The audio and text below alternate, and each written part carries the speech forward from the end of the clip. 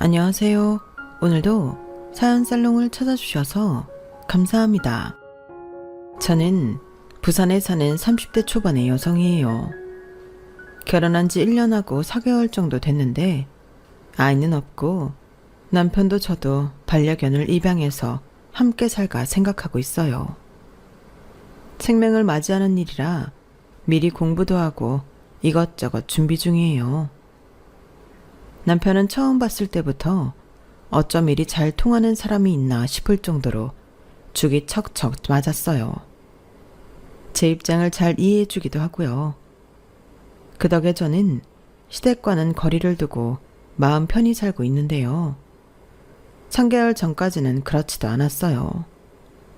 시어머니랑 아주버님 그리고 윗동수한테서 스트레스를 많이 받았거든요.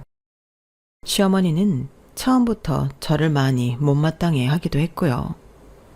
그렇다고 제가 되게 꿀리는 결혼을 한 것도 아니에요.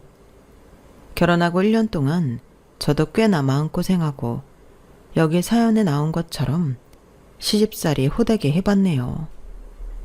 그럼에도 저는 남편의 가족들이니 잘 지내보려고 애를 썼어요. 하지만 아무리 가까운 사이여도 끊을 때에는 끊어야 한다는 걸 깨달았어요.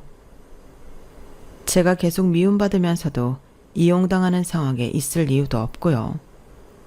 그럼 이게 다 어떻게 된 사연인지 지금부터 차근차근 이야기해 볼게요. 저는 와인바를 운영하는 자영업자이고 남편은 회사원이에요. 남편이 저희 바에 자주 들르면서 저와 눈이 맞았네요. 둘이 연애하고 4년 만에 결혼을 하게 됐죠. 남편은 저보다 4살이 많아요. 저는 좀 일찍 결혼한 감이 있고 남편은 적당한 때에 결혼한 것 같아요. 저희 부모님은 제가 결혼보다는 혼자서 더 삶을 즐기기를 원하셨어요. 그래서 제일 처음 제가 결혼한다는 말을 꺼냈을 때에는 반대가 심했어요.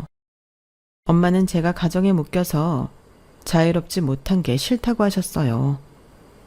엄마가 여행 다니는 걸 참 좋아하시는데 결혼을 일찍 하는 바람에 못하신 게 많다고 해요.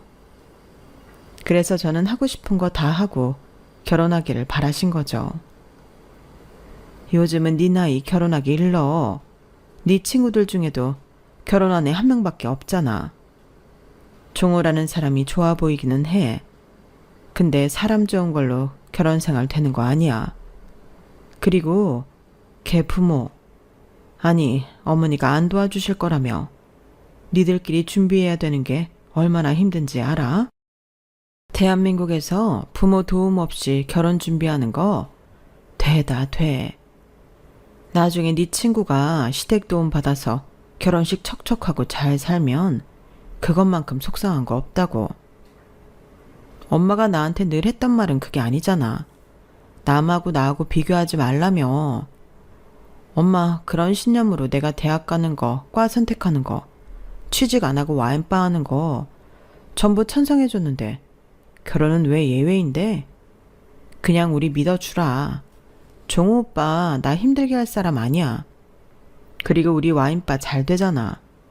지금 SNS에도 많이 올라가고 점심 저녁 예약 다 꽉 찬다고. 오빠 회사도 좋은 데고. 그러니까 우리 한 번만 믿어줘.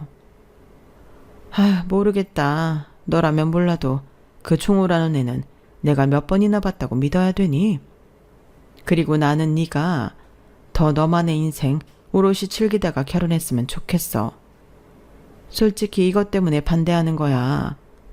네 말 맞다나 와인바 그렇게 잘 되는데 너 쉴 틈이라도 있어? 잠시 닫아놓고 여행 갈 시간도 없잖아 요즘. 엄마가 이렇게 말리셨지만 저는 남편이 너무 좋았고 남편도 저를 너무 좋아하는 걸 알았기 때문에 결혼해서 함께 있고 싶었어요. 결혼에 대한 환상도 있었던 건 사실이에요.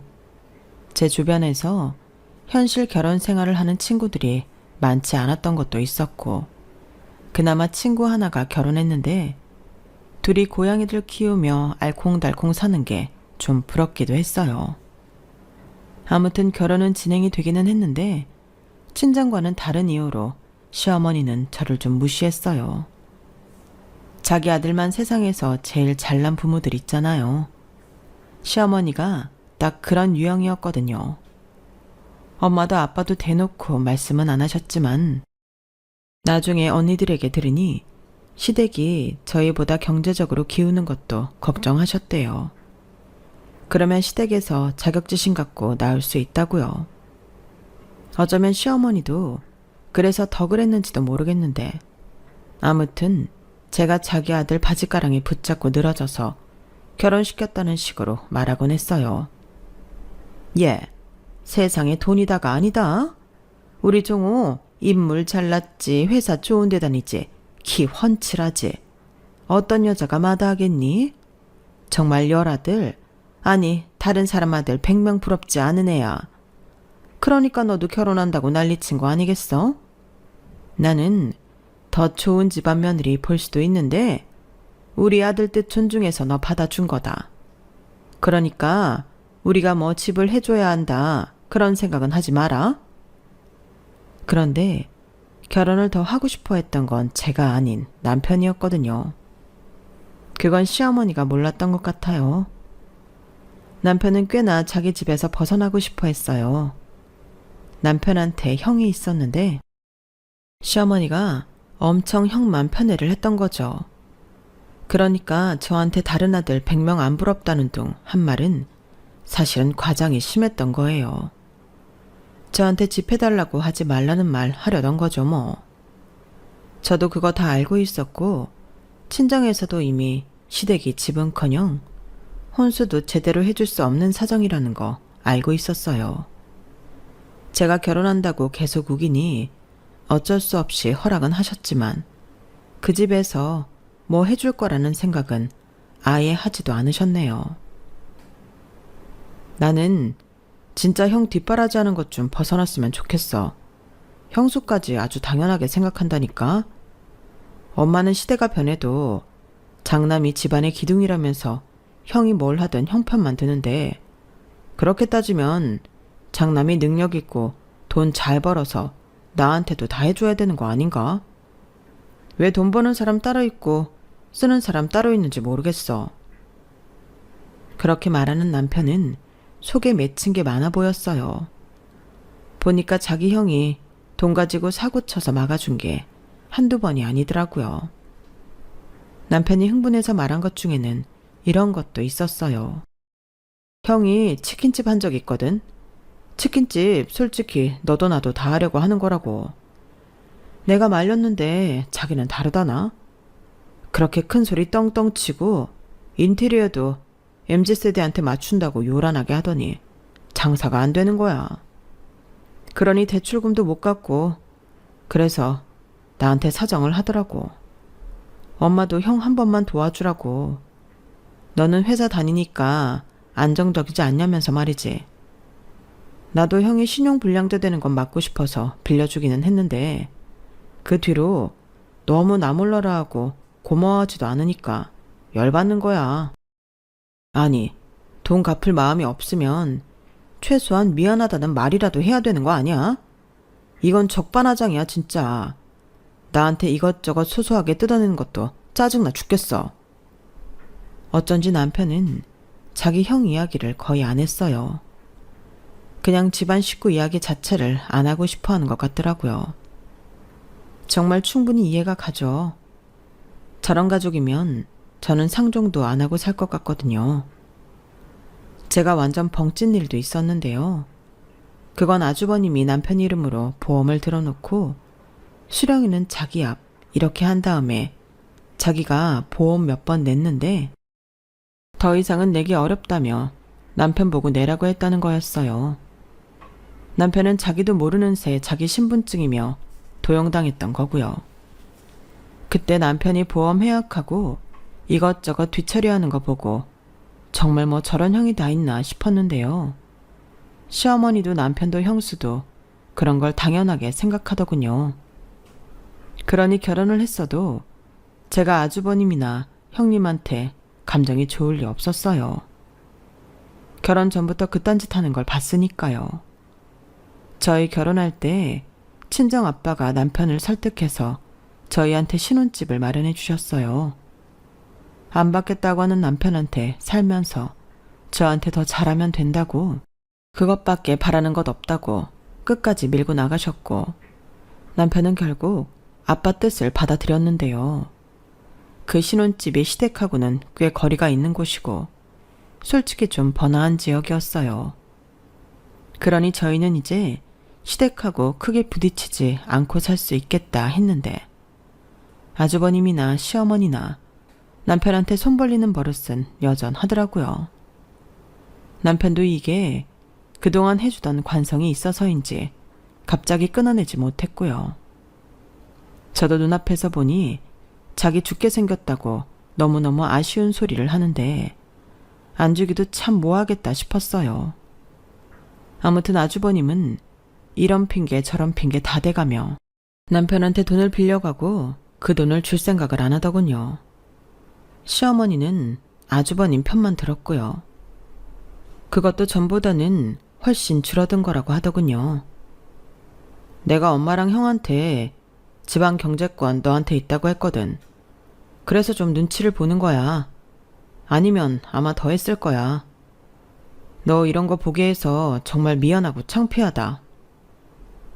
결혼할 때 시어머니랑 아주버님은 분명히 저희 친정 부모님한테 아파트 해주셔서 감사하다며 둘이 잘 살게 자기네는 간섭 안 하겠다고 했어요. 아주버님은 자기가 아버지 노릇한다며 지켜준다고 했고요. 그러니 친정에서도 그래도 염치는 있나 보다 하며 제 결혼을 허락해 주신 것도 있거든요. 근데 이게 무슨 아버지 노릇인지요. 이런 걸 보며 그래도 저희 친정이 재산이 있어 다행이고 부모님이 자식 생각해 주시는 분들이라 너무 감사하더라고요. 저희 신혼집은 말씀드린 것처럼 집값이 좀 비싼 지역이었고 아빠가 아이 낳든 강아지나 고양이랑 살든 오래 살라며 신혼인 저희 형편에 비해 좀 큰 집을 얻어주셨어요. 실평수만 34편 정도 됐거든요. 친정하고는 전철 타고 세정거장이면 오갈 수 있는 거리기도 했고요. 그리고 그 지역이 저희 결혼하고 1년도 안 돼서 매매 가격이 올랐더라고요. 부동산에도 저희 아파트 물어보러 오는 사람들도 꽤 된다고 하더군요. 불경기 불황이라고 해도 오르는 데는 사람들이 몰리기 마련인가 봐요. 이게 아주버님이랑 시어머니 귀에도 들어갔더라고요. 아주버님은 시어머니랑 걸어서 10분 거리에 살고 있었는데 그쪽 지역이 집값도 땅값도 안 오르기는 했어요. 저희 사는 곳만 올라간 게 아주버님 질투심에 불을 당긴 것 같더라고요. 결혼하고 집 들일 때도 안 왔던 아주버님이 갑자기 형님하고 저희 집에 오겠다고 하더니 은근히 이것저것 캐묻더라고요. 형님은 저희 집 인테리어를 하나하나 뜯어보고는 화병하고 테이블 매트를 달라고 해서 좀 당황했거든요. 물론 드리기는 했어요. 근데 처음 아랫사람 집에 오면 하다못해 두루마리 휴지라도 사올 법한데 아무것도 안 사와서 밥 얻어먹고 과일에 차 얻어먹고 내내 살림을 못하는 것 같네, 돈을 펑펑 쓰는 것 같네 이러다가 뭐 달라고 하면 주는 사람 입장에서도 기분이 나쁘잖아요. 그리고 2주쯤 지났나? 이번에는 시어머니까지 셋이서 왔더라고요. 그때 아주버님이 대뜸 이런 말을 했어요. 확실히 여기가 애들 키우기에는 더 좋겠어? 근데 2사람은 일단 아이 안 낳고 개 키울 거라며. 나나 민준아 좀 더 돈 벌고서 아이를 낳자는데 동의했어. 걔도 입양하려니 생각할 게 많아지더라. 천천히 멀리 내다보며 준비할까 해. 종우, 너 말에 아주 허세가 들어갔다. 밀원 아파트에 사니까 네가 신분 상승한 것 같냐? 그런 게 어딨어. 내 말이 그렇게 들렸으면 그건 그냥 형 생각이야. 나는 아파트랑 상관없잖아. 그러자 옆에서 형님도 끼어들더라고요. 아무튼 아파트값 많이 올라서 좋겠어요. 서방님은 이런 걸 마누라 덕 톡톡히 본다고 하나요? 우리 은우 아빠도 결혼할 때 친정 덕 좀 받죠. 예단이며 결혼식장에 신혼여행 비용까지 우리 집에서 다 돼서 마누라 잘 얻었다는 소리 좀 들었는데 내가 동서한테는 깨갱해야겠네. 별 말씀을 다 하시네요. 그런데 은우는요? 친정집에 갔어. 다음 주에나 올 거야. 아주버님과 형님 사이에 아들이 하나 있었는데 이제 4살이었거든요. 근데 두 사람은 그 아이를 형님 친정에 너무 자주 맡기는 것 같더라고요. 그런 것까지 제가 상관할 바는 아니지만 아무튼 제가 그 조카의 얼굴을 거의 본 적이 없어서 말이에요. 만날 때마다 친정에 맡겨놨다고 하고 두 사람은 해외여행에 제주도 여행에 잘도 돌아다녔어요. 하여간 나나 엄마 사는 동네는 왜 죽어라 안 오르고 여기만 오르나 모르겠다. 부럽다 야. 형도 돈 모아서 이사 계획 짜봐. 그럼 은우도 크면 학교 더 좋은 쪽 알아봐야 할 거 아냐. 여기가 딱 좋기는 하다. 지하철 가깝고 애들 학교 다니기도 좋고 학원도 있고. 그러고 보니 이쪽은 어린이집이나 유치원도 잘 해놨다던데. 그것까지는 우리도 잘 모르겠네. 아직 우리한테는 먼 얘기라서 알아보지 않았어. 이쪽 학교 좋고 어린이집 좋은 거 맞아요. 서방님. 그러니까 집값도 오르는 거겠죠? 아무튼 동서는 좋겠다. 이런 데에서 살고. 은우 아빠, 우리도 은우 생각해서 이쪽으로 이사 오는 거 생각해보자. 그럴까? 다른 데 뭐 알아볼 거 있나? 여기만한 데가 없겠어. 아주버님이 남편 말 속에 허세가 있다고 했는데 두 사람이야말로 허세가 가득했어요. 형님은 중소기업에 다니고 있었고 아주버님은 지금 하고 있는 디저트 카페가 잘 안 되고 있어서 계속 보증금 까먹고 있는 상태였거든요. 살고 있는 아파트를 팔아도 집값 감당이 안 되고 둘 다 대출받기도 어렵다며 저번에도 남편한테 돈 빌려가려고 하다가 못 빌렸었거든요.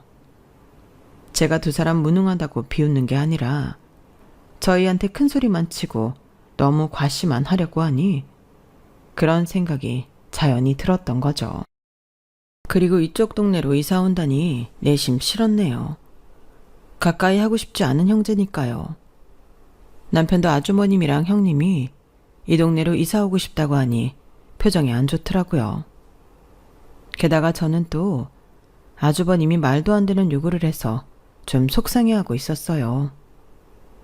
조카 어린이집 이야기가 나와서 그런데 제 친구 중 한 명이 저희 아파트랑 가까운 데에서 영어 유치원을 운영하고 있었어요. 거기가 학비도 좀 비싸기는 한데 워낙 평이 좋아서 들어가려면 대기해야 되는 정도거든요. 근데 아주버님이 자기 아들을 거기에 다닐 수 있게 친구한테 부탁을 해달라고 계속 저한테 압력을 넣는 중이었어요. 저는 아무리 친구 사이여도 그런 부탁은 어렵다고 계속 피하고 있었고요.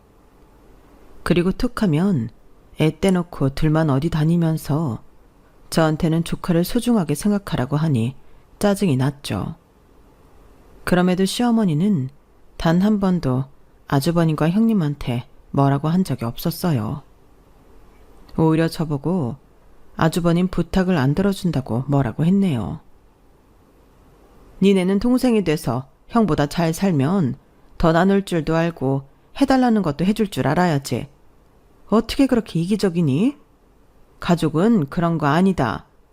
그리고 니네 하나밖에 없는 조카 아니냐? 친구한테 그 정도 부탁도 못해? 네가 마음이 있어봐. 뭘 못하겠어. 너무 그렇게 칼처럼 자르면서 사는 거 아니야?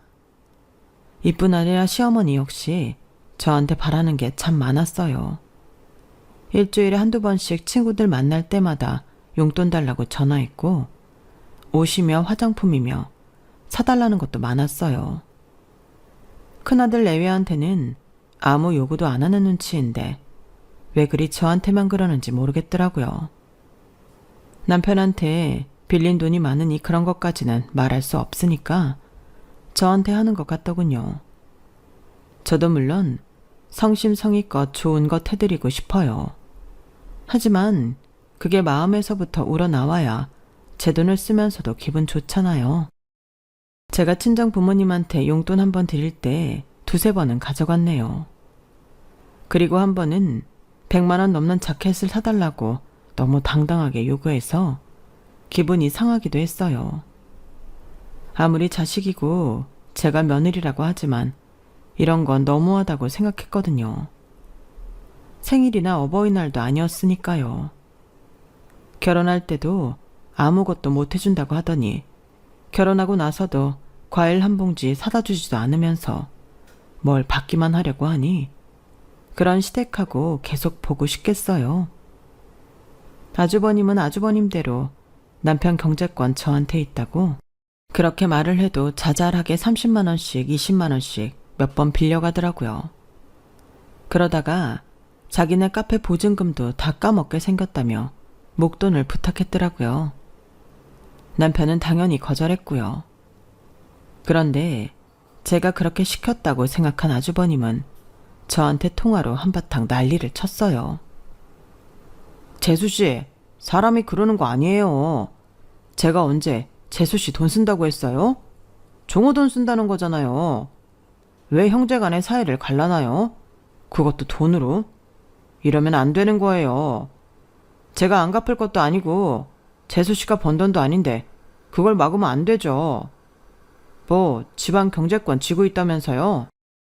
큰돈은 재수씨가 다 갖고 있는 모양인데 종호 통장에서 3천만 원 빼서 저한테 보내주세요. 그러면 제가 이거 다 없던 일로 할게요. 아니, 이거는 협박도 아니고 뭐 이런 사람이 다 있나 싶었어요. 아무리 집안에서 저보다 윗사람이고 남편의 형이라고는 해도 그렇죠. 좋게 말하고 부탁하고 미안하다고 해야 되는 거 아닌가요? 저는 너무 화가 났지만 그래도 최대한 예의를 지키려고 애를 쓰며 말했어요. 아주버님, 저는 오빠한테 아무 말 한 거 없어요. 오빠가 그냥 돈 빌려달라는 거 거절한 것 같은데요. 그런 돈을 제가 오빠한테 말없이 보낼 수 없고요. 저도 한 말씀 드리자면 오빠가 아주버님 ATM기 아니잖아요. 이러지 마시고 금융기관에 가서 돈을 빌리세요. 오빠한테 지금 3천만 원 있지도 않고요. 저도 어떻게 할 수가 없네요. 아주버님이 다른 데 알아보세요. 저는 딱 선을 긋고 안 된다고 했어요. 하지만 아주버님은 그렇게 만만한 사람이 아니었어요. 그런 데에서 돈 빌리려면 시간이 많이 걸리는데 제가 시간이 없어서 그래요. 정말 이럴 거예요? 나를 무슨 돈이나 달라는 그런 사람 취급하는 거 맞죠? 이렇게까지 말씀 안 드리려고 했는데 그런 거 맞지 않나요? 오빠한테 빌려간 돈 하나도 갚은 거 없죠? 저도 다 알아요. 저 몰래 몇십만 원씩 빌려갔고 그전에도 오빠가 대출까지 받아서 빌려준 돈 하나도 안 갚은 거요. 차용증을 써도 아무 소용 없잖아요. 저를 욕하셔도 어쩔 수 없어요. 저희도 땅 파서 돈 나오는 거 아니고요. 저희 이 집에서 아들 노릇 며느리 노릇 충분히 하고 있다고 생각해요. 그러니 너무 무리한 요구는 하지 마셨으면 좋겠어요. 그러자 아주버님은 저보고 기막히고 황당하다며 어떻게 이럴 수 있냐고 막 화를 냈어요. 그래도 저는 꼼짝하지 않았어요. 속으로 좀 무섭기는 했죠. 성인 남자가 막 소리 지르는데 아무렇지도 않을 리가 있겠어요. 그래도 저는 안 된다고 끝까지 좋게 말했네요. 결국 아주버님은 시어머니 도움으로 어떻게 돈을 융통했다고 하더라고요. 하지만 그 후 시댁 식구들이 저희를 대하는 태도가 아주 냉랭해졌어요. 저한테는 있는 것들이 더하다며 저러고 사니 돈을 모은다고 피도 눈물도 없는 사람 취급을 했고 남편은 결혼하고 변심했다고 뭐라고 하더군요. 저도 기분이 나빴죠. 불과 1년도 안 된 결혼 생활하면서 제가 시어머니한테도 아주버님한테도 한 게 있는데 어쩌면 저럴 수 있는지. 기왕에 못된 사람 취급당하는 거 저도 기본만 해야겠다 싶더군요. 그래서 더는 시어머니 용돈도 많이 안 드리고 매달 드리기로 한 것만 보냈어요. 남편도 잘했다며 자기도 이 기회에 끊을 건 끊고 싶다고 했어요. 그렇게 한 달 정도 시간이 지나갔고 아주버님이나 시어머니가 저나 남편한테 돈 이야기하는 거 없이 각자 잘 사는 것 같았어요. 저는 와인바를 확장해서 2층으로 이전하기로 했기 때문에 정신이 없었어요. 인테리어 공사며 새로 조리기구 들이는 것까지 챙길 게 많았거든요. 남편은 승진을 했고 해외 출장이 전보다 잦아졌어요. 결혼 1년 기념일을 앞두고 저희는 둘 다 나름 좋은 일이 생겼다며 만족했죠. 그런데 아주버님은 그렇지 못한 것 같았어요. 시어머니 통해서 꾼 돈도 못 갚고 대출도 싹 다 바닥이 났다는 얘기를 건너 들었네요. 우리 귀에 들어가라고 일부러 흘린 게 분명했지만 저희는 별다른 반응을 하지 않았어요. 그런데 시어머니가 시아버지 제사 전날 음식을 좀 준비해서 가져오라고 하시더라고요. 음식은 당일날 만들거나 주문해도 되는데 말이죠. 전날 해놓으면 아무래도 먹을 때 금방 한 것 같지 않잖아요. 좀 의아하기는 했지만 일단 시키는 대로 음식을 준비해서 남편하고 갔어요. 아주버님 형님도 당연히 와 있더군요. 전에 저희가 돈 문제 거절하고는 거의 마주친 적이 없고 어쩌다 시댁에서 만나도 쳐다보지도 않았는데 그날은 저희한테 먼저 웃으면서 인사도 하고 아는 척을 하더라고요. 시어머니는 저보고 음식 해오느라 고생 많았다며 웬일로 손까지 잡아줬고요. 아무래도 이것도 뭔가 있겠구나 했네요. 그렇게 남편하고 저하고 서로를 쳐다보는데 시어머니가 정말 말도 안 되는 소리로 폭탄을 던졌네요. 우리 종호가 잘 사니까 그나마 잘 됐구나. 세아가 잘 얻어서 종호 편하게 잘 먹고 잘 사는 거 그거 내 입장에서는 되게 큰 거거든.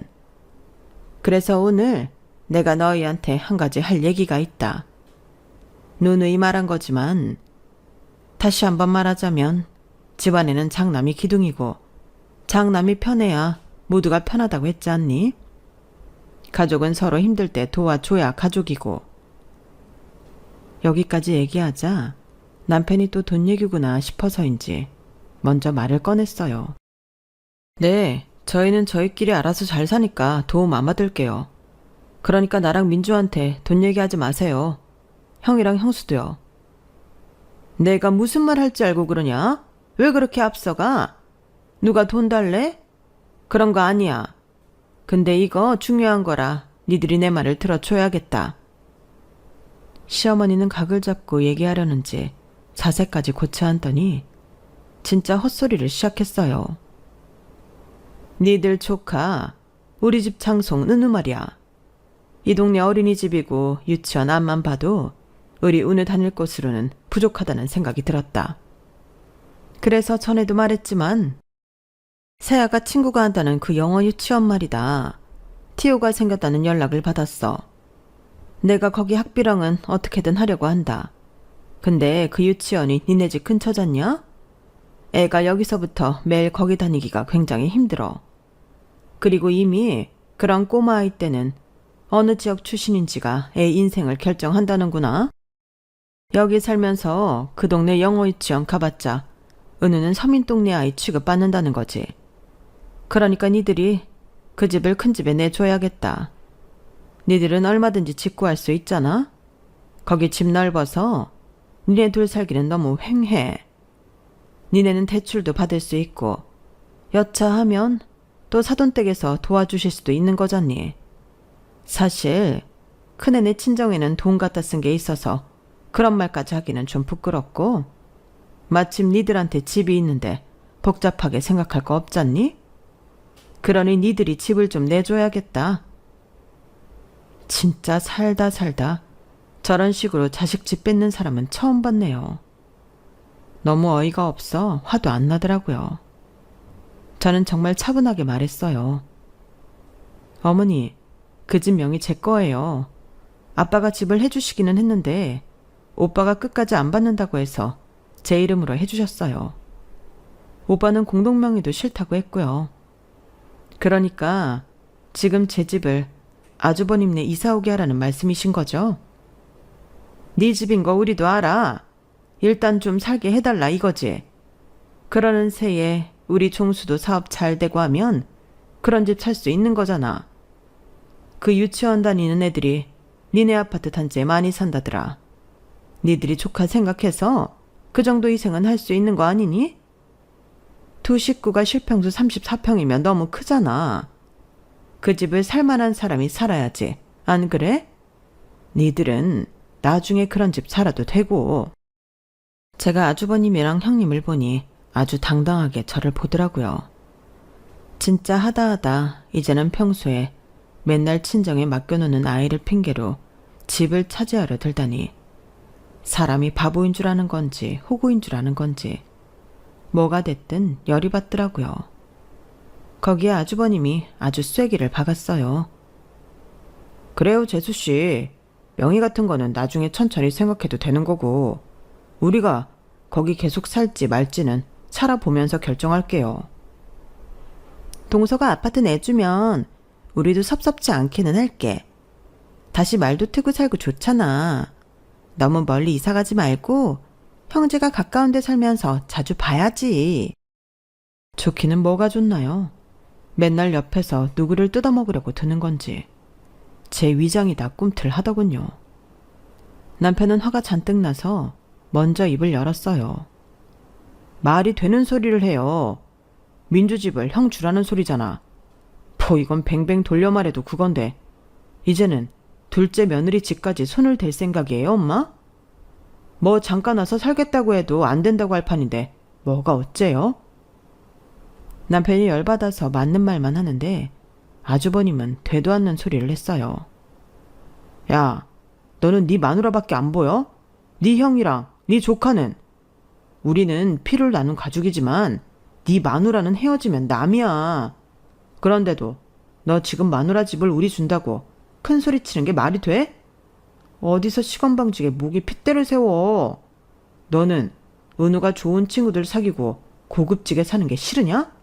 네 하나뿐인 조카인데 우리 은우 이 집 장손이야. 장손이 잘 돼야지. 그리고 은우가 커봐라. 니들한테 얼마나 잘하겠어. 그러니까 멀리 내다보고 나중에 은우한테 효도받을 생각해.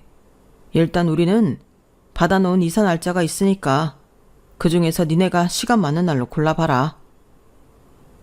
마치 우리 생각해주는 것처럼 벌써 이삿날까지 골라나온 게 기가 차더군요. 남편은 되도 않는 소리 말라며 소리를 쳤고 그럴수록 아주버님과 형님은 약 올리듯이 피식거리기만 했어요. 그래서 저도 같이 웃는 얼굴로 대해야겠다 싶었네요. 그럼 큰집 아파트는 어떻게 하시는데요? 처분하시나요? 아니다. 그거 뭐 처분한다고 큰돈 나오는 것도 아니고 그래서 전세를 줄까 한다. 아니면 당장 큰돈은 안 돼도 월세를 받아도 되고. 시어머니는 제 질문에 얼른 대답하더군요. 제가 그렇게 물어보니 집을 내줄 거라고 생각한 것 같았어요. 아주버님이랑 형님 눈도 기대에 가득 찼고요. 저는 바로 핸드폰으로 아주버님네 동네 아파트 검색을 해봤어요. 거기 전세 주면 1억 3천은 나오겠네요. 저희 아파트 전세가 4억 3천은 넘어요. 저희 바로 앞이 전세로 사는데 이번에 4억 5천 줬다고 하더라고요. 그러면 그 집 저희한테 전세값을 주세요. 1억 3천에서 3억만 더 있으면 되겠네요. 어머니 집 팔면 3억은 좀 더 되지 않나요? 그거 저 주세요. 그러면 아파트 이사하게 해드릴게요. 저도 아빠가 해주신 집인데 무슨 명분이 있어야죠. 그리고 아빠가 이런 식으로 큰 집에서 저희 아파트에 무작정 사는 거 아시면 가만히 안 있으세요. 아빠가 사업하면서 꽤 큰 로펌 변호사들하고도 친분 있는 거는 모르셨죠. 그러니까 그렇게 해서 4억 3천 주고 들어와서 살려면 사세요. 아니면 아주버님 집을 팔고 돈을 보태던지요. 근데 그 아파트 팔아도 2억 5천 이상 못 받는 것 같은데? 나머지 1억 8천은 어머니가 해주셔야겠네요. 지금 아주버님도 형님도 돈 빌릴 데 없잖아요. 시어머니는 자기 집을 팔라고 하자 바로 싫다며 펄쩍 뛰었어요. 아니, 내가 재산이 있고 또 있는 것도 아닌데 어떻게 내 집을 팔라고 하니? 우리 집도 더 오를 수 있는데 그 시세로 친다고? 말도 안 되는 소리 마라. 아니에요, 어머니. 어머니랑 아주버님 그쪽 지역은 몇 년째 부동산 제자리잖아요. 저희 아파트는 지금도 오르고 있어요. 그러니까 제가 4억 3천에 전세 살라고 하는 게 절대 무리한 요구 아니에요. 저희는 집도 절도 없이 쫓겨나게 생겼는데 이 정도는 얘기할 수 있는 거잖아요. 그러니까 그 돈 주고 2년 계약 하시든지 아니면 그냥 포기하세요. 제 말에 아주버님과 형님은 아무 말도 못하고 어버버했고 시어머니는 뭔가 생각하더니 안 된다고 몸서리를 쳤어요. 안 된다. 나는 내 집 있어야 해. 애들 아빠가 나한테 물려준 건 이게 유일한 거야. 내가 내 집에 하숙을 쳐도 내가 나가지는 못한다. 그럼 아주버님네가 어머니네 들어가서 하숙하는 셈 치고 매달 월세 내고 아주버님 아파트 팔아서 빚 갚으면 되겠네요. 저희한테 빌린 돈도 갚고요. 어머니는 어머니 큰아들만 중요하신가 본데 저도 저희 집에서는 귀한 딸이에요. 저희 부모님이 결혼해서 시집에 이런 취급받는 거 알면 어떻게 나오실 것 같으세요? 저희 아빠 절대 가만히 안 있어요. 그래서 저도 아무 말 안 하고 있었던 거고요. 아주버님, 그동안 저희한테 돈 갖다 쓰신 거 있죠? 종우 오빠한테 차용증 쓰고 안 갚은 것도 있고요. 어차피 계좌로 보내서 조회하면 다 나오거든요. 그거 저희가 뭘 몰라서 가만히 있었던 거 아니에요. 지금이라도 아빠 친구 변호사분한테 그거 들고 가서 돈 받을 수 있게 소송 진행해달라고 할까요? 제 말에 세 사람은 더 하얗게 질리기만 하고 아무 말도 못했어요. 이번에는 남편도 화를 좀 가라앉히고 말했어요. 민주 말이 맞네. 형이 엄마 집에 들어가서 월세 내면서 살아. 그러면 모든 게 해결되겠네. 안 그래? 어차피 은우 맨날 형수 친정에서 챙기잖아. 은우 핑계로 우리 아파트 뺏으려는 거 누가 봐도 다 알거든. 그걸 변호사들은 모를 것 같아? 그제야 시어머니는 입을 열었어요. 안 되겠다, 종수야. 나는 내 집까지 팔아서는 돈을 못 보태겠다. 이거 그냥 니들이 들어가면 정말 쟤네 가만히 안 있을 것 같고 나는 이 나이에 어디 월세나 전세 같은 거 살기 싫다. 그러자 아주버님은 괜히 화를 내기 시작했어요. 둘이 진짜 똑같이 못돼 처먹었네. 니들이 그렇게 좋은 아파트에서 살아야겠냐? 내가 거기 들어가서 사는 게 그렇게 싫어? 아니, 형. 나도 형이 제발 성공해서 좋은 데서 살았으면 좋겠어. 우리보다 더 좋은데, 더 넓은 데에서. 근데 형이 알아서 하라고. 멀쩡히 살고 있는 사람들한테서 억지로 뺏으려고 엄마까지 끌어들이지 말고. 이번에는 형님까지 저희 보고 너무하다면서 이러는 거였어요. 서방님도 참 매정하네요. 결혼하고 사람 바뀌었어요. 어떻게 우리한테 이래요? 우리 형 가족이잖아요. 저는 그 말을 듣고 참을 수 없었어요. 한 가족인데 저희한테 뭐 해줬는데요? 지금도 우리를 멀쩡히 잘 살고 있는 집에서 내쫓을 생각인데 저희한테 그런 가족 의미 없어요. 저희는 인연 끊어도 상관없어요. 그놈의 가족 타령 지겨워 죽겠네요. 민주 말이 맞아요. 형수님, 저 형수님한테 이런 말 들을 이유 없어요. 그동안 형이 해달라는 돈 다 해줬고 말도 안 되는 요구 다 들어줬잖아요. 그런데 한 가족인데 제가 변했다고요? 정말 변해볼까요? 제가 형 고소해볼까요? 아주버님, 형님, 어머니, 저 잘못 보셨어요. 사람이 말 안 하고 가만히 있다고 쉽게 생각하셨나 봐요. 정우 오빠는 이제 저랑 가족하면 돼요. 당연히 제 편이니 저랑 가족 맞고요. 그러니까 무리한 요구하지 마세요.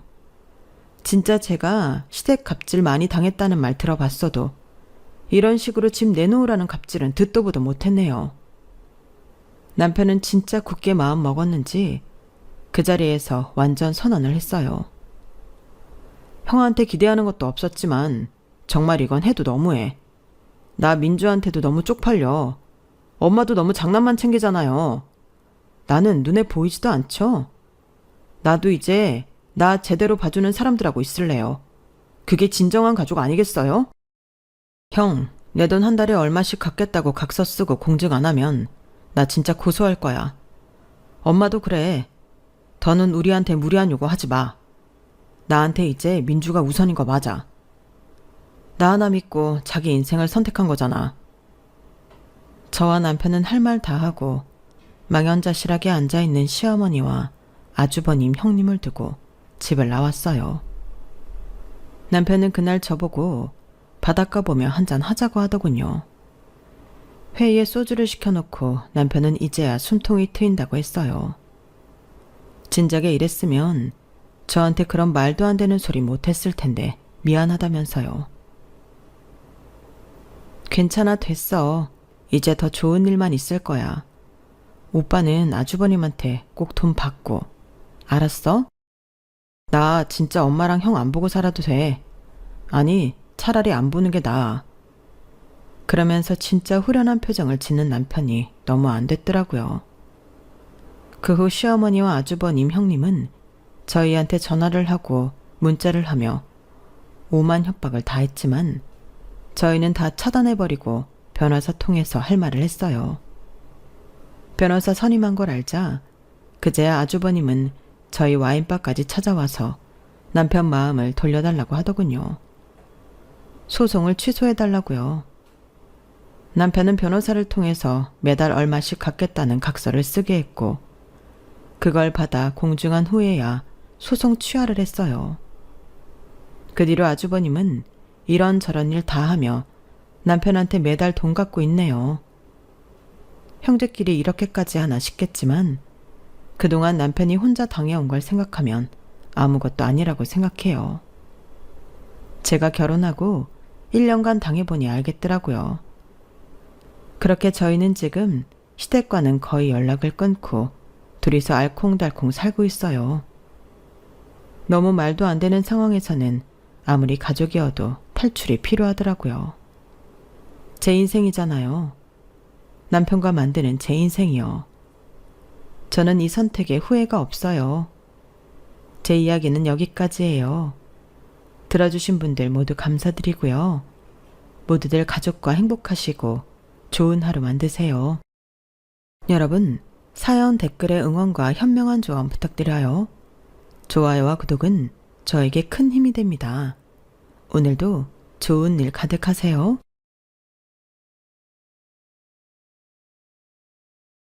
안녕하세요. 오늘도 사연 살롱을 찾아주셔서 감사합니다. 20년 전 사고로 모든 기억을 잃은 40대 아줌마예요. 남들은 옛 기억들을 추억 삼아 이야기꽃을 피우기도 하지만 전 20살 이전의 기억이 없기 때문에 어린 시절 추억이 전혀 없네요. 드라마나 영화에서처럼 극적인 음악이 흘러나오며 한순간에 파바박 모든 기억이 돌아오면 얼마나 좋을까요? 하지만 현실은 참 비극적이네요. 단 한 장면도 기억나지 않아요. 다만 몇 개월 전 제 인생을 송두리째 뒤바꿔 놓을 만한 일생일대의 사건이 벌어졌기에 그 사건을 계기로 제 과거를 조금씩 찾아가고 있어요. 정확히 말하자면 누군가가 이야기해준 나의 어린 시절을 열심히 암기하고 있죠. 어렸을 적 사진도 보고 학교에서 받아온 상장이나 비디오로 찍어놓은 영상도 밤새 보고 있어요. 마치 시험 공부하듯 말이죠. 이렇게 외우기라도 하면 조금이나마 생각이 나지 않을까 싶어서요. 저의 노력이 참으로 가상하죠. 여러분 중 과거를 잊고 싶다고 입버릇처럼 말씀하시는 분들이 계시죠? 하지만 과거를 기억하고 추억할 수 있다는 건 크나큰 축복이에요. 전 과거에 대한 기억이 없기에 지금까지 앞만 보고 자랐어요. 시댁과 남편은 개차반이었지만 천만다행히도 아들 셋은 정말 착하고 똑똑했기에 그 아이들을 희망 삼아 여기까지 올 수 있었죠. 태어나서 20살까지의 기억이 전무한 제가 그동안 얼마나 서럽게 살아왔는지 궁금하시죠? 제가 가장 좋아하는 채널인 사연살롱 여러분께 담담하게 제 인생을 털어놔 볼게요. 여러분께서 공감해 주시면 제가 살아갈 힘이 좀 날 것 같아요. 지금부터 시작할게요. 막상 이야기를 펼치려니 어디서부터 시작점을 잡아야 할지 모르겠네요. 저의 첫 기억은 20살 때 병원이었어요. 피투성이가 된 응급실 침대 시트와 뭔가 불안한 눈빛으로 날 쳐다보던 한 남자와 그의 엄마. 제가 깨어나자 몇 번이고 되물었어요. 뭔가 확인이라도 하려는 듯 말이죠. 이제 정신이 좀 들어요. 나 기억나요? 내가 누군지 알겠냐고요. 그들이 누군지 여기가 어딘지 너무 혼란스러웠고 특히나 머리가 깨질 정도로 아팠기 때문에 말할 기운도 없었어요. 아무것도 모르겠어요. 여기가 어디예요? 짧은 대화 후 입원실에서 계속 치료를 받으며 조금 진정이 되더군요. 그 남자와 남자의 엄마는 저와 눈만 마주치면 계속 기억나냐고 물어왔고 전 사실대로 아무 기억이 없다고 했죠. 주치의 말로는 제가 머리를 크게 다쳐서 지금까지의 기억과 약간의 인지 능력까지 모두 잃었다고 하더군요. 그런데 그 남자와 할매는 그 소리를 듣고 자기네들끼리 오히려 다행이라고 하더군요. 뭐가 다행이라는 거예요? 다 듣고 있었냐? 아니다. 그냥 우리끼리 한 말이야. 현재 기억나는 게 하나도 없다고 하니 나랑 내 아들이 다 알려줄게. 기억나는 게 없으면 외우기라도 해야지. 이게 다 네 팔자인 것을 어쩌겠니? 그래 색시야. 내가 우리 색시한테 하나부터 10까지 빠짐없이 다 알려줄게. 나는 당신 남편이야. 이쪽은 우리 엄마. 그러니까 당신 시어머니고 우린 가족끼리 식당에서 밥 한번 먹는 걸로 결혼식을 대신하고 신혼여행으로 서울 구경 다녀오다가 차 사고를 당한 거야. 우리 고향인 섬마을로 다시 돌아오다가 말이야. 우린 원래 바닷가에서 살던 사람들이야.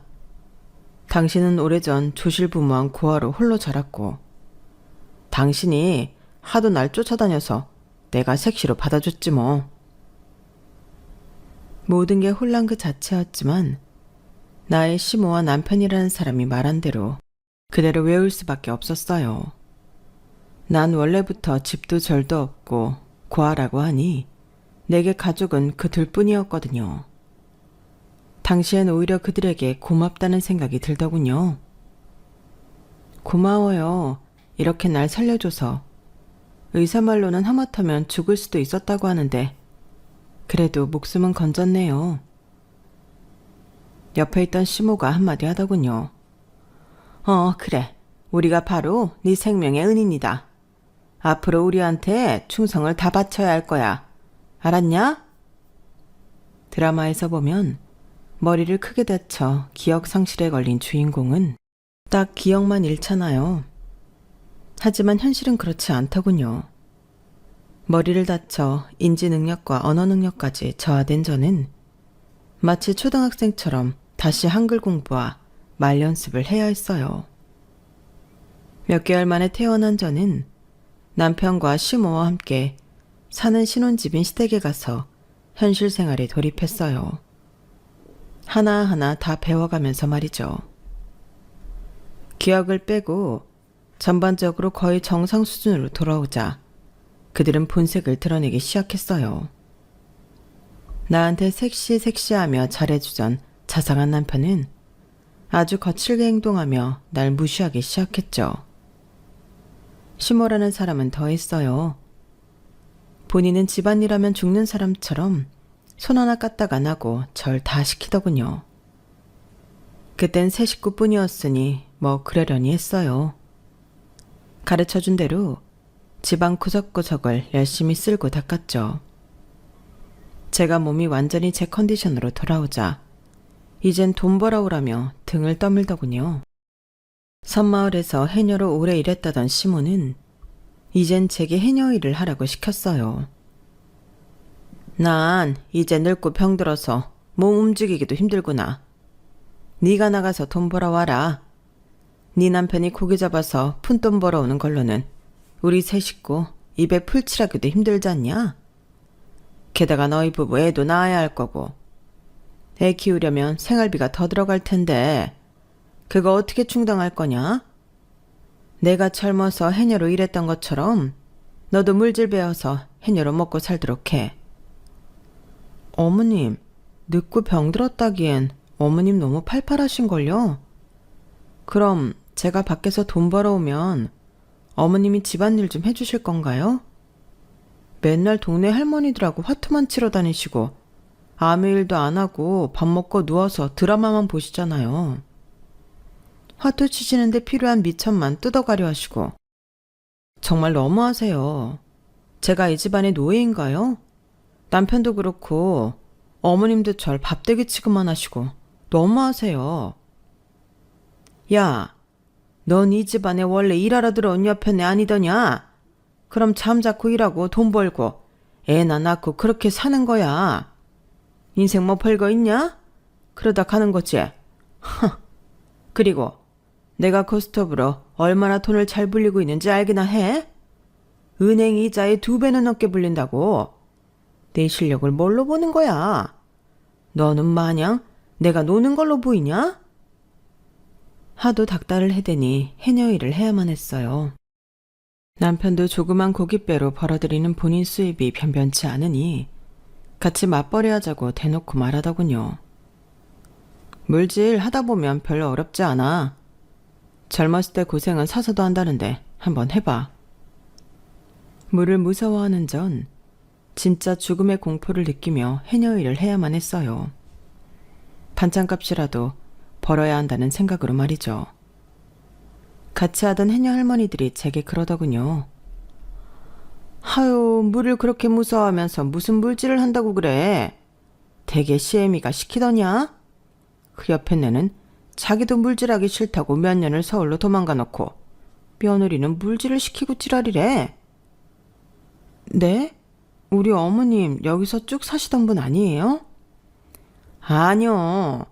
물질도 몇 번 안 해봤어.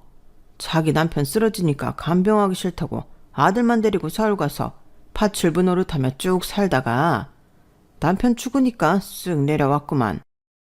아들 섹시 하나 데리고 말이야. 참으로 지독한 여편네야. 병든 자기 남편을 버리다니 참네. 시모는 왜 나한테 그 사실을 속였는지는 모르겠지만 어쨌든 해녀일도 몇 번 안 해본 시모는 제게 해녀일을 계속 강요했어요. 조그만 섬마을에서 돈 벌 수 있는 일이 별로 없었거든요. 이쪽 저쪽에서 치이느라 전 생리가 멈추고 뱃속에 아기가 자라고 있는지도 모르고 지나치고 있었어요. 그런데 어느 날 해녀일을 마치고 해녀복을 벗고 평상복으로 갈아입었는데 하혈을 했는지 바지가 금세 핏빛으로 젖어버리더군요. 같이 일하던 해녀 할머니가 더 놀라셨죠. 아이고 섹시해. 얼른 병원 가봐. 밑으로 웬 피를 그렇게 많이 쏟아내. 그러다 쓰러지겠어. 가만히 있어봐. 내가 119에 전화해 줄게. 그렇게 응급실에 가서 검사해본 결과 임신이 됐다가 유산된 거였어요. 꼭 아기를 잃었다는 사실보다 그렇게까지 내몰리게 된 내 자신의 처지가 서러워 눈물이 하염없이 흐르더군요. 소식을 들은 남편과 시모도 응급실로 찾아왔어요. 유산됐다고 남편이 걱정하니 그 꼴이 보기 싫었는지 시모는 비아냥댔죠. 아이고, 야 아들아, 너 내가 쓰러져도 그렇게 호들갑 떨 거냐? 유산 한두 번 하는 게 뭐 그리 큰일이라고. 야, 며느라, 너 물질도 싫고 집안일도 안 하려고 일부러 꾀병 부리는 거 아니냐? 철문애가 얼른 툭툭 털고 일어나라. 뭐라고요, 어머님? 꾀병이라뇨. 밑으로 피를 양동이채 쏟아내서 지금도 어질어질한데 지금 거짓말로 입원한 것처럼 보여요? 난 더 이상 물질 못해요. 해녀 일 안 한다고요. 그렇게 선포를 하고는 좀 더 쉬운 일을 찾아봤어요. 어렵사리 식당 설거지 일을 구할 수 있었고 그 사이 임신도 다시 되고 만삭이 될 때까지 일을 했죠. 아기를 낳고 한 달 정도는 그 사이 임신도 다시 되고 만삭이 될 때까지 일을 했죠. 아기를 낳고 한 달 정도는 집에서 아이만 봤죠. 하지만 시모와 남편이 주는 눈치가 대단했어요. 남편도 합세해서 나가서 돈 벌어 오라더군요. 애 낳고 한 달 쉬었으면 된 거 아니야? 엄니한테 애기 맡기고 다시 식당 일하는 건 어때? 직장 다니는 사람들도 최소 3달은 쉬더라. 난 애 낳고 우리 아기 100일까진 젖 먹이고 싶어. 난산으로 나와서 밑이 다 찢어져 아직도 너덜너덜한데 한 달 만에 당장 돈 벌어 오라는 거야? 그럼 어떡해. 이제 애까지 태어난 마당에. 그리고 우리 엄마 씀씀이 알잖아. 나 혼자 물고기 잡아서 번 돈으로는 쌀값 대기도 힘들다고. 그때쯤 시모가 동네 할매들과 하던 고스톱 판돈이 점점 커지는 것 같더군요. 다들 화투에 눈이 벌게져서 마치 좀비들이 모여있는 것 같았죠. 영락없는 도박판이었어요. 남편은 워낙 의심이 많은 사람이어서 현금을 은행에 안 맡기고 집에다 쌓아놓는 버릇이 있었어요. 은행 그까짓 거 망해버리면 내 돈 다 날리는 거잖아. 시골 은행이 뭐 제대로 돌아가나 가겠냐고. 통장에 숫자로만 딱 찍힌 그걸 어떻게 믿어? 난 우리 집 창고가 제일 믿을만하더라. 하지만 식량 빼가는 쥐새끼 마냥 돈 빼가는 도둑놈은 따로 있었어요. 바로 시모였죠. 자기 아들이 힘들게 번 돈을 야금야금 빼다가 고스톱을 치는 것 같더군요.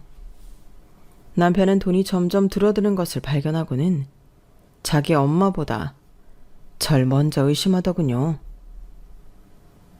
당신이 창고 돈 빼갔어? 아, 생활비가 필요하면 나한테 말하지. 왜 남의 돈을 몰래 훔쳐가? 식당에서 알바도 하면서 돈이 그리도 모자라? 대체 살림을 어떻게 하고 앉아있는 거야? 도둑년 같으니라고. 뭐? 도둑년? 지금 내가 당신 돈 몰래 빼갔다고 의심하는 거야?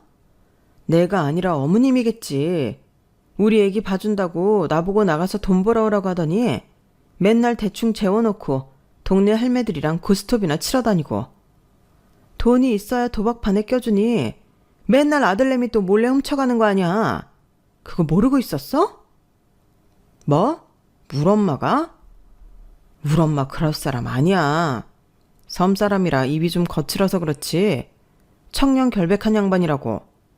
그리고 오래전부터 갱년기 우울증이 와서 취미로 화투 몇 번 치는 걸 가지고 시어머니를 담이 도박꾼이라고 매도해? 너 진짜 안 되겠구나. 남편은 급기야 내 뺨을 때리기까지 하더군요.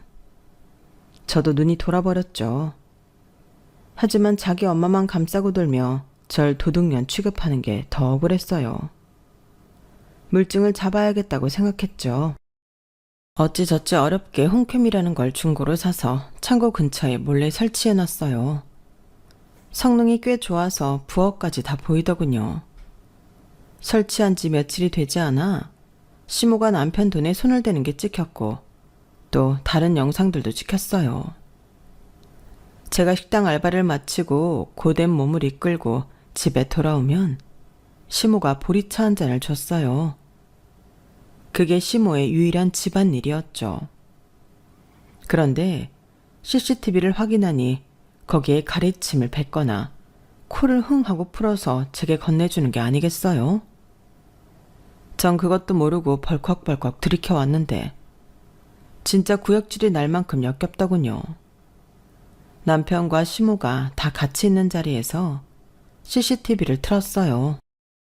남편 돈을 훔쳐가는 거나 애기가 울어도 제대로 보지 않고 낮잠만 쳐자는 시모. 제 물컵에 침 뱉는 시모의 모습이 적나라하게 다 찍혔죠. 남편도 화가 났는지 자기 엄마한테 버럭 화를 내더군요. 처음 보는 모습이었죠. 엄마, 화투도 정도껏 치셔야지. 아들내미가 힘들게 번 돈 다 가져가시면 어떡합니까? 애도 있는데 애기 우유값은 남겨놓으셔야죠. 그런데 시모의 반응이 더 가관이었어요. 적반하장도 유분수지 진짜 낯짝이 두껍더군요.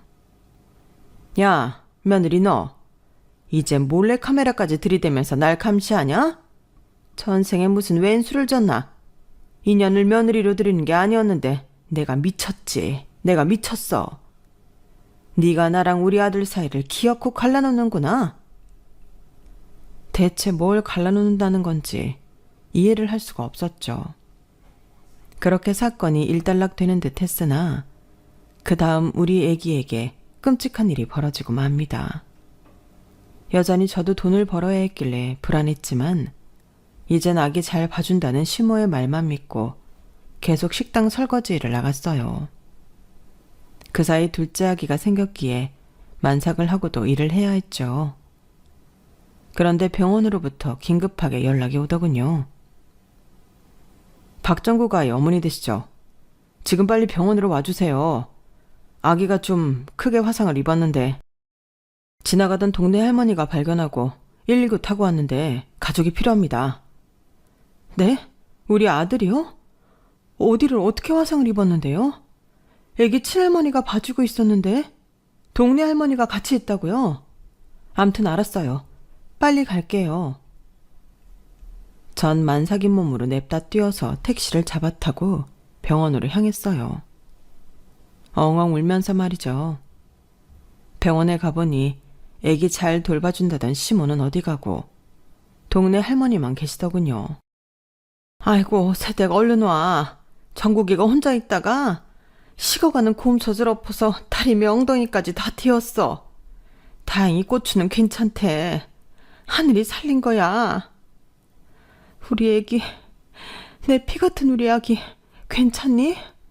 엄마가 미안하다. 엄마가 죄인이야. 그놈의 돈이 뭐라고 널 내팽개치고 나가서는. 곧이어 소식을 들은 남편도 쫓아왔어요. 어느 정도 진정이 되자 남편에게 입원한 첫째 아이 간병을 맡기고는 저는 시모를 잡으러 갔어요. 아니나 다를까 화투판에 저 앉아있더군요. 시모의 신난 목소리가 저 멀리서까지 들리더군요. 자, 어서 다들 돈 내놔 돈. 이번 판은 내가 대박 났다. 대박이여. 유후 신난다. 내 아들을 사지로 몰아놓고는 신나게 화투나 치고 있다니. 시모의 뒷모습을 보자니 사리가 느껴졌죠. 피가 거꾸로 솟는 것 같았지만 일단 차분히 뒤로 빠져서 112에 신고했어요. 도박판이 벌어지고 있다고 말이죠. 잠시 후 경찰들이 몰려왔고 일단 시모까지 싹 다 잡아가더군요. 전 뒤에 몰래 숨어서 집으로 와버렸어요. 제가 신고한 건 비밀로 해달라고 했죠. 유치장에 갇힌 시모는 남편에게 연락했고 가까스로 나올 수 있었다고 해요. 잡힌 건 처음이었으니 도박 초범으로 말이죠. 남편은 아기가 화상을 입은 것에 대해 시모를 다그치더군요. 엄마, 아니 어떻게 애를 냅두고 화투를 치러 다닐 수 있어요? 지금 아기가 병원에 입원할 정도로 화상을 입었잖아요. 자넨 화투 때문에 내 돈을 빼가지 않나. 이젠 엄마 못 믿겠어요. 애기 엄마가 둘째 가져서 만삭이고 하니 그냥 내 몸 굴려서 돈 벌어올 테니 다 집에 있어요. 남편은 하는 일이 고기잡이였으니 훨씬 연봉이 세다는 원양어선 일을 알아보더군요. 이젠 원양어선 타면 애기들까지 생활하는데 문제 없을 테니 당신이 집에서 애 키워. 우리 엄마한테 맡기면 애기들한테 또 무슨 일 생길지 모르니까 말이야. 이렇게 전 둘째를 낳으며 전업주부가 되었어요. 여전히 시모는 집안일에 손 하나 까딱 안 하고 밖으로만 돌았지만 그래도 식당일 안 하고 집안일 하며 아이들을 돌볼 수 있다는 게 제겐 마치 휴식처럼 느껴지더군요. 원양어선을 타게 된 남편은 몇 달 만에 한 번씩 집에 와서는 긴 휴식을 가지고 또 배 타러 나갔죠. 어쩔 땐 왼수 같지만 그래도 한참을 떨어졌다가 오랜만에 만나니 애틋한 맘도 생기더군요. 그래서 그런지 셋째가 금방 들어섰어요. 그런데 셋째 임신 소식을 들은 남편의 반응이 황당하기 그지없었죠. 뭐? 또 아기를 가졌다고? 당신 그거 내 아이 맞아? 딴 남자랑 굴러먹다가 애 들어선 거 아냐? 내가 몇 개월씩 밖에 있는데 임신할 수 있는 거야? 지금 뭐라고 했어, 자기? 뚫린 입이라고 아무 말이나 해대는 거야? 집에 오면 한 달씩은 있다 가면서 그 시간들은 생각 안 해? 이 시골 섬마을에 바람필 남자가 누가 있다는 거야? 애기들 돌보며 공주님처럼 손 하나 까딱 안 하는 어머님 뒤치다거리까지 다 내 몫인데 대체 바람필 시간이 어디 있다는 거야? 당신만 일하러 다니는 줄 알아? 난 집에서 24시간 움직이고 있다고. 맘 같아선 셋째 아이를 지어버리고 싶더군요. 지금 생각하면 진짜 끔찍한 생각이었죠. 그런 생각을 잠시나마 했다는 자체가 우리 셋째 아이한테 너무 미안하네요. 그렇게 셋째 아이를 남편이 배 타러 장기 출장하고 있는 상태에서 혼자 낳았어요. 그런데 아직도 남편은 제가 의심됐는지 셋째 아기를 낳자마자 기다렸다는 듯이 무언가 요구하더군요. 셋째 아이가 진짜 내 새끼가 맞는지 유전자 검사할 거야. 남편의 의심병은 그때부터 점점 커져만 갔어요. 안 그래도 팍팍한 삶 속에 남편마저 저를 의심하다니 진짜 기운 빠지는 일이었죠. 마음대로 해. 유전자 검사를 하든지 말든지 마음대로 하라고. 검사 결과 당연히 친자로 나왔죠. 제가 다른 남자를 만날 겨를이 어디 있겠어요. 게다가 섬마을엔 죄다 꼬부랑 할배들 뿐이었는걸요. 더럽고 치사하고 진짜 너무 억울했지만 울분을 참고 또 일상생활로 돌아와야 했죠. 전 이미 새 아이의 엄마가 되었기에 나만 바라보고 있는 우리 아이들을 책임져야 했거든요. 아들만 셋을 낳았는데 우리 아들들은 너무 고맙게도 착하고 똑똑하게 커주었어요. 서울 아이들은 과외며 학원이며 사교육도 많이 시킨다는데 외부와 철저히 단절된 이 섬 구석에 과외 선생님이 어딨겠어요.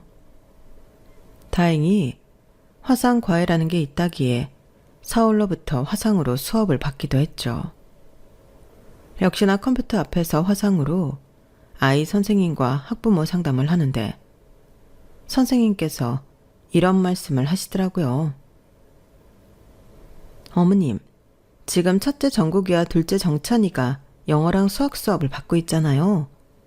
그런데 워낙 수업을 잘 따라오고 실력이 범상치 않길래 컴퓨터로 간단히 영재 테스트하는 게 있어서 저번에 한번 해봤어요. 그랬더니 둘 다 영재 판정을 받았어요.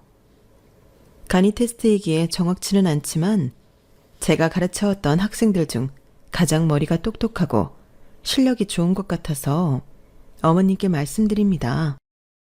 서울로 한번 나오셔서 정식으로 영재 테스트를 받아보시고 그에 맞는 교육을 시켜주시면 어떨까요? 네? 우리 아이들이 영재라고요? 어려서부터 꽤 똘똘한지는 알고 있었지만 그 정도인 줄은 몰랐는데 애기 아빠랑 한번 상의해 보겠습니다. 고맙습니다, 선생님. 우리 아이들이 똘똘하다는 건 정말 기쁜 일이었지만 우리 형편상 영재교육이며 특히 서울로 와서 교육시키라는 건 꿈처럼 먼 일이었죠. 일단 남편에게 전화로 상의나 해봤어요. 하지만 돌아오는 대답은 뻔할 뻔짜였어요. 야, 넌 엄마로서 애들 데리고 섬마을에서 조용히 살 생각이나 할 것이지. 뭐? 영재교육? 서울? 웃기는 소리 취하고 앉았네.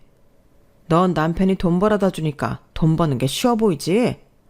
고아년 데려다가 밥 주고 집 주고 했더니 바라는 게 한도 끝도 없네. 우리 애들도 고등학교만 졸업하면 원양어선 태워서 돈 벌게 할 거니까 잠자코 애들 밥이나 먹여서 힘나 키우게 해. 힘이 세야 고기도 잘 잡는다고. 뭐? 당신 말이 너무 심한 거 아니야? 어머님이 나보고 야 거리니까 이젠 당신도 나한테 그렇게 막대하네? 우리 애들도 원양어선 태운다고? 당신이 그렇게 힘들면 우리 애들은 펜대 굴리면서 쉽게 돈 벌 수 있도록 역량을 키워줘야지. 밥이나 먹여서 힘 키우라고? 그게 아빠로서 할 소리야? 똑똑한 아이들 제대로 교육시킨다는 게 그렇게 욕 들을 일이야? 됐어. 당신이랑 말이 안 통해. 끊어. 옆에서 전화통화를 듣고 있던 시모도 한마디 거들더군요. 야, 너 힘들게 일하고 있는 네 서방한테 말본세하고는? 그리고 애들 데리고 네가 서울로 가버리면 내 밥은? 집안일은 누가 다 하냐? 자고로 한번 밥대기는 영원한 밥대기인 거다. 그냥 섬마을에서 조용히 살다 죽을 생각이나 해. 남편과 시모의 강한 만류로 일단 한풀 꺾이긴 했지만 우리 아이들을 제대로 된 교육시키며 잘 키워보고 싶단 마음은 몽글몽글 점점 커져만 갔어요.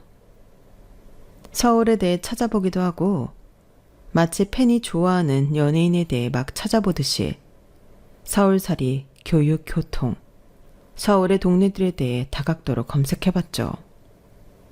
그러다가 남편이 아주 오랜만에 집에 왔고 다시 한번 얘기를 꺼내봤어요. 그랬더니 또 제 뺨을 때리며 상을 뒤집어 엎고 집안을 난장판으로 만들더군요. 야, 너 또 서울 얘기 꺼낼 거야? 오라. 네 인연, 네가 처음에 서울 얘기 꺼낼 때부터 내가 예상하고 있었어. 너 서울에 기둥서방 하나 생긴 거 맞지? 그놈 만나러 서울 간다는 거지 지금? 어디서 몰래 연락하며 바람을 펴대. 이 불순한 것 같으니라고. 지금 나 때린 거야? 내가 이 고생을 다 해가며 왜 맞아야 해? 대체 내가 뭘 잘못했길래 이 의심병자야. 아무리 의처증이 심해도 사람 봐가면서 꼬장 부려야지. 뭔 남자야 남자는. 애들만 바라보고 사는 사람한테.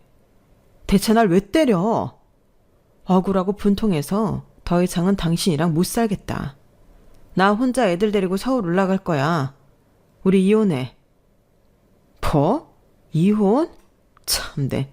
그래 좋아. 그 대신 애들은 당신이 셋 다 키워. 애들 다 데리고 서울이든 어디든 가버리라고. 양육비 한 푼도 안 줄 거니까 그렇게 알아. 애는 나 혼자 낳았어? 아빠라는 사람이 양육비를 못 주겠다고? 양육비 안 주면 당신 소송할 거야. 그렇게 으름장을 놓았지만 나중에 진짜 양육비를 안 줄 때 변호사를 선임해 소송할 정신도 없더군요. 각박한 서울살이에 저 혼자 애새 키우느라 똥구녕이 빠지게 이리 치워 살았죠. 어쨌든 지 마음에 안 들면 폭력을 일삼는 남편과 도박꾼이자 성격 개차반인 시모와 그렇게 남남이 되고 서울로 애 셋 데리고 올라왔어요. 이혼이며 상경이며 모든 게 얼떨결에 결정된 일이라 아무 준비도 없이 맨몸으로 올라왔죠. 그래도 아이들이 어느 정도 커서 혼자 집에 있을 수 있었기에 일단 학교에 보내놓고 하루 종일 일을 했어요. 명절날 포함해서 365일 단 하루도 안 쉬고 일했어요. 목욕탕 때밀이 백화점 청소부, 파출 보며 전단지 돌리기, 박스 공장에서 박스 조립하기 등등 안 해본 일이 없었죠. 그렇게 일해서 번 돈으로 우리 아이들 학비 대주고 먹이고 입히는 게 큰 낙이었어요. 계획대로 특수 영재교육까지 못 시켰지만 우리 정국이는 서울에 있는 수준 높은 중학교에 진학하여 전교 1등을 놓치지 않더군요. 서울대 의대가 목표라며 15살짜리 아이가 밤을 새서 공부하는 걸 보면 대견하기도 하고 짠하기도 했죠. 둘째 정찬이와 셋째 정윤이도 형 따라서 늦게까지 열공하는 게 습관이 되었어요. 어렸을 때는 투닥투닥 싸웠지만 사춘기가 지나고부터는 철이 들며 180도 바뀌더군요. 특히 정국이는 중학생임에도 거의 어른처럼 말하곤 했어요. 엄마, 혼자 힘으로 저희 세 아들 키우시느라 너무 힘드시죠? 제가 얼른 잘 나가는 의사가 돼서 엄마 호강시켜 드릴게요. 그리고 정찬이랑 정윤이 걱정은 하지 마세요. 제가 거해 선생님처럼 동생들 가르칠 테니까요. 제 실력 아시잖아요. 아이고, 우리 큰아들. 말이라도 그렇게 해주니 엄마는 너무 고마워. 아무 가족도 없는 엄마가 너희들 없었으면 어떻게 살았을까 싶어. 너희들은 내 생명이나 다름없어. 엄마가 죽을 때까지 지켜줄 거야. 진심으로 목숨을 다 내주어도 아깝지 않을 내 새끼들이었어요. 세상에 내 핏줄은 우리 아이들이 유일했으니까요. 그런데 그 생명과도 같던 우리 아이들에게 불행한 일이 닥치고 맙니다. 자주 코피를 흘리고 약했던 우리 셋째 아들 정윤이를 데리고 처음으로 큰 병원에 가서 검진해봤더니 세상에 이럴 수가. 혈액암 진단이 나온 거예요. 우리가 백혈병이라고 일컫는 병이었죠. 의사로부터 진단을 듣는데 사지가 발발 떨리더군요. 선생님, 그게 무슨 말씀이세요? 백혈병이면 우리 막내가 죽을 수도 있단 말이에요? 안 돼요. 제가 죽었으면 죽었지 우리 막내 아들은 절대 안 돼요. 어머님, 다행히 초기에 발견해서 정윤이가 치료만 잘 따라와주면 완치될 수도 있을 것 같습니다. 아이들 소아 백혈병 완치율이 80%를 넘어갑니다. 너무 걱정 마세요. 위험한 급성도 아니니 같이 노력해 봅시다. 주치의의 말에 조금이나마 안심이 되더군요. 막내의 간병이 최우선이니 그때까지 모아놓은 현금으로 일단 생활하기로 하고 제가 막내의 곁을 지켰죠. 하지만 얼마 지나지 않아 금세 모아놓은 돈이 바닥을 보이더군요. 돈 걱정에 잠도 못 이루던 절 눈치 빠른 첫째 아들이 캐치했어요. 엄마, 저랑 정찬이가 돌아가면서 막내 간병할 테니까 엄마가 일해야 되면 하세요. 제가 성인이었으면 몸이 부서져라 이래서 돈 벌어올 텐데 그러지 못하니 너무 답답하네요. 당장 돈이 급하긴 했기에 쪽잠을 하루에 3시간 정도 자가며 진짜 쓰러지기 일보 직전까지 일했어요. 어떻게든 우리 막내 아들을 살려야 했기에 소처럼 개처럼 일해서 돈을 모았죠. 밥 먹을 시간과 돈이 너무 아까워 삼각김밥으로 대충 때우고 손님이 먹다 버린 음식 주워 먹으며 거지처럼 살았어요. 에휴, 그때를 다시 떠올리니 너무 서러워서 눈물이 다 나네요. 돈 없는 사람에게 이 세상은 너무 춥고 각박하기 그지없었죠. 돈이 있어야 사람 대접받는 세상이더군요. 다행히 셋째 아들은 어느 정도 치료가 되어 퇴원할 수 있었고 정상적으로 학교 생활도 할 수 있었어요. 종교도 없던 저였지만 그때 당시엔 하루에 12번도 더 바닥에 무릎 꿇고 절을 했던 것 같아요. 우리 아들 살려주셔서 감사합니다. 앞으로 우리 아들들 다시는 아프지 말게 해주세요. 제발요. 찢어지게 가난한 우리 집 가정 형편상 공부에 제대로 매진도 못했던 첫째 아들은 본인이 원하던 서울대 의대는 못 갔지만 지방에 있는 의대에 합격할 수 있었어요. 괜시리 제가 다 미안하더군요. 정국아, 엄마가 더 밀어주지 못해서 미안하다. 네가 평범한 가정에서만 태어났어도 서울대 의대는 물론 하버드 의대도 갈 수 있지 않았겠니? 엄마, 농담도 참 잘하시네요. 엄마는 최선을 다하신 거예요. 제가 시험에 잠깐 삐끗해서 몇 개 더 틀려서 지방 의대를 가게 된 거죠 뭐. 근데 엄마, 여기도 엄청 센 곳이에요. 기숙사 살면서 훌륭한 의사가 되기 위해 열심히 공부할 테니 기대해 주세요. 이렇게 성격 좋고 유쾌한 아들이라니. 내 아들이지만 존경스럽기까지 했어요.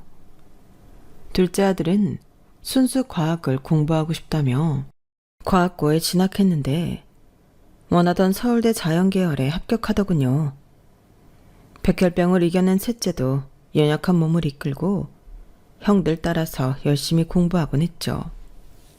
우리 아들들만 보면 정말 밥을 안 먹어도 배불렀어요. 남편복, 시댁복, 부모복 없는 내가 자식복 하나만큼은 타고났나 보구나.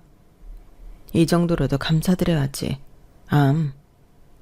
이런 생각으로 하루하루 감사하며 열심히 살았죠. 저도 어느덧 40대에 접어들어 3-4개씩 일을 하는 건 무리였어요. 대학생이 된 아들들은 엄마한테 부담될까봐 본인 학비며 생활비까지 알바로 충당하더군요. 대견했죠. 덕분에 전 백화점 청소부 일 하나만 하면서 잠도 7-8시간씩 자고 여유를 부릴 수 있었어요. 전엔 잠을 7-8시간씩 자는 게 사치처럼 느껴졌는데 잠만 제대로 자도 살 것 같더라고요. 백화점에서 몇백 몇천만 원씩 하는 물건들을 두 손이 모자랄 정도로 사가는 사람들을 보면 완전히 딴 세상 사람들처럼 느껴졌죠. 그날도 내 발자국이 생기지 하지 않기 위해 뒤로 걸으며 백화점 바닥을 삐까뻔쩍하게 닦고 있는데 저도 모르게 고객과 충돌하고 말았어요. 잠깐 고개를 돌려보니 비서인지 경호원인지 까만 양복을 입은 수행원들 3-4명과 함께 쇼핑하는 노부부였어요. 아차, 엄청난 부자를 잘못 건드렸구나 싶었죠. 아니나 다를까 그 경호원 중 한 명이 제게 큰 소리로 다그치더군요. 아니 아줌마, 제대로 보고 닦아야지. 뒤에 회장님 내려가 계시는데 무작정 엉덩이로 들이밀면 어쩌자는 거야 더럽게. 괜찮으십니까 회장님? 죄송합니다 고객님. 제가 잠시 딴 생각을 하다가 그만. 혹시 다치신 데는 없으시죠? 앞으로 주의하겠습니다. 다시 한번 사죄드립니다. 존 노부부와 눈을 마주치며 다시 한번 사과를 했죠. 혹시라도 백화점 관계자에게 클레임이라도 걸면 큰일이었으니까요. 그런데 제 얼굴을 본 회장님 내외라는 노부부의 얼굴이 사색이 되더군요. 그리고는 제 팔을 붙잡고 다짜고짜 물었어요. 너, 세화야, 내 딸 세화 맞지? 그동안 어디 있었던 거야? 왜 엄마 아빠를 찾지 않았던 거야? 네가 왜 여기서 청소를 하고 있어? 대체 20년간 어디서 어떻게 살고 있었던 거야? 세화요? 전 김방인데요. 제가 20년 전에 큰 사고로 기억을 잃고 남편과 시어머니랑 섬마을에 가서 아들 셋 낳고 살다가 이혼하고 서울로 올라온 건데 제가 딸하고 얼굴이 비슷한가요? 저도 혼란스럽네요. 뭐? 20년 전에 사고로 기억을 잃었다고? 그래서 네가 이 엄마를 찾지도 못하고 엄마 아빠 없이 외딴 섬에서 산 거구나. 불쌍한 우리 세화. 우리가 네 부모야. 우리 얼굴 기억 못하겠니? 넌 20살 때 얼굴 그대로구나. 근데 남편이랑 시어머니가 누구길래 너한테 부모 얘기를 안 해준 거야? 혹시 이 말자 박종문 맞니? 우리 시어머니랑 남편 이름을 어떻게 아세요? 맞아? 괘씸한 년놈들 같으니라고. 웬 여자가 아들 하나 데리고 워낙 불쌍해 보이길래 우리 집에 살게 해주면서 파출부일 시켰더니 은혜를 웬 수로 갚아? 그 작자들 당장 찾아야겠다. 그 년놈들 어딨니? 아니다. 일단 우리 집으로 가자꾸나 세화야. 너 아들이 셋이라고? 어디 살고 있니? 우리 손자들까지 데리고 원래 우리가 살던 집으로 가서 얘기하자꾸나 아가. 내 엄마라는 사람이 날 보고 아가라고 부르는데 느낌이 이상했어요. 날 이렇게까지 다정하고 따뜻하게 불러주는 사람이 존재하는구나.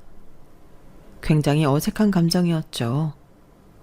아직 고등학교에 재학 중인 막내 아들을 데리고 제가 원래 살았다던 곳에 갔어요. 대궐 같은 그 집에는 아직도 제 방이 남아있더군요. 제가 10대 시절 한창 재기 발랄할 때의 사진들이 한 벽면을 가득 찰 정도로 많이 걸려 있었어요.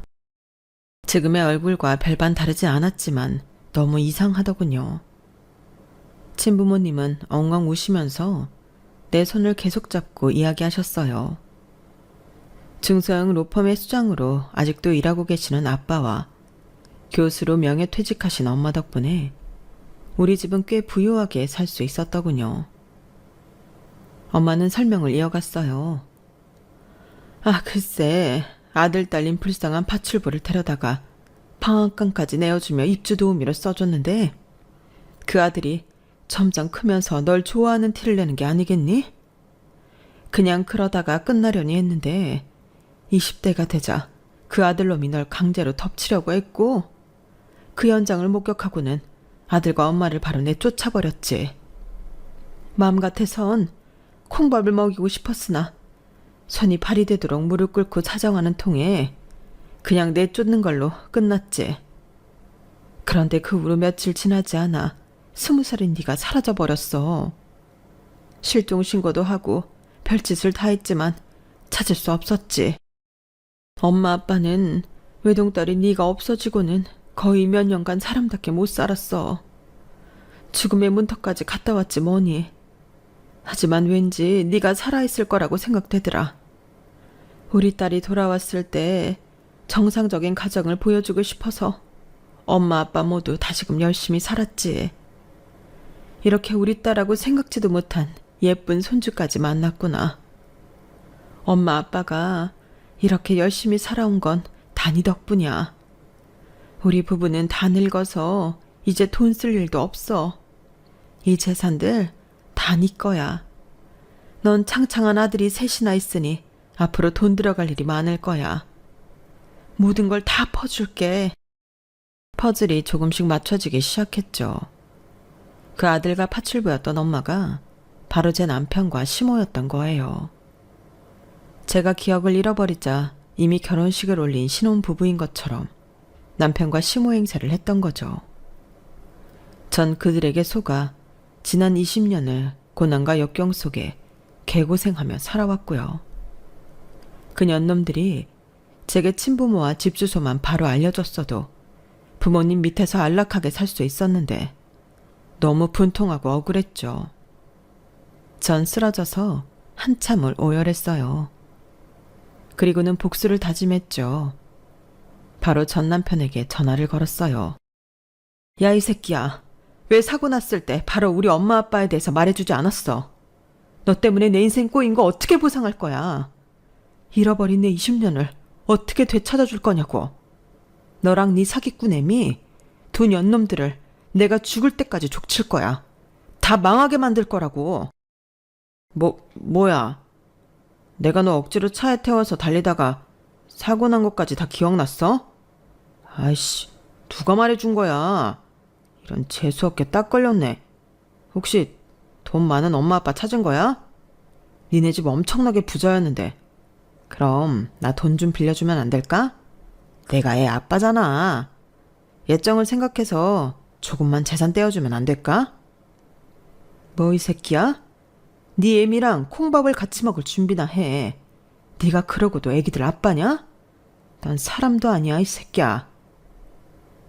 그 와중에도 돈 달라는 말을 하다니 정말 빌어먹을 인간이었죠. 날 겁탈하려던 이 남자와 부부의 연을 맺었다는 게 소름 끼칠 정도로 혐오스러웠어요. 부모님들은 일단 병원에 입원을 해서 기억도 최대한 들어오게 만들어보고 건강도 챙기라고 하셨지만 전 복수가 먼저였어요. 다행히 로펌의 수장이었던 아빠 덕분에 소송은 일사천리로 진행되고 있네요. 젖먹던 힘까지 짜내어 증거들을 수집하고 있어요. 지난 20년간 그 악마 모자에게 시달린 증거들 말이죠. 시모와 남편에게서 살려달라고 비명이 섞인 전화, 문자 등을 여러 번 받았지만 다 차단해버렸어요. 더 이상 말도 섞기 싫었거든요. 아이들로 양육비 한 푼 안 주고 엄마인 절 고생시킨 아빠를 싫어하고 미워해요. 그 점만큼은 다행이라고 생각해요. 저는 현재 아이들과 친정에 살면서 친부모님의 재력을 마음껏 누리고 있어요. 특히 백혈병에 걸렸던 셋째 아들한테는 전문적으로 케어해 줄 수 있는 간호사에 영양사까지 붙여주셨어요. 원하면 미국으로 유학 보내주시겠다고 하여 우리 아들들이 현재 영어 회화 공부에 전념을 다하고 있네요. 지네들끼린 영어로 대화하는데 거의 원어민 수준으로 발음도 참 좋네요. 그런 모습을 볼 때 엄마로서 가장 뿌듯한 것 같아요. 잃어버린 20년을 다 보상받을 순 없겠지만 앞으로 살아갈 3, 40년을 더욱 알차게 살아보려 합니다. 내 생명과도 같은 우리 세 아들들을 위해서라도 말이죠. 현재 삶이 팍팍한 분들이 계시다면 저처럼 큰 행운이 어느 날 갑자기 뚝 떨어졌으면 좋겠네요. 언젠간 해뜰 날이 꼭 있을 겁니다. 우리 모두 힘내자고요. 제 이야기를 끝까지 함께 들어주셔서 진심으로 감사드립니다. 여러분, 사연 댓글에 응원과 현명한 조언 부탁드려요. 좋아요와 구독은 저에게 큰 힘이 됩니다. 오늘도 좋은 일 가득하세요.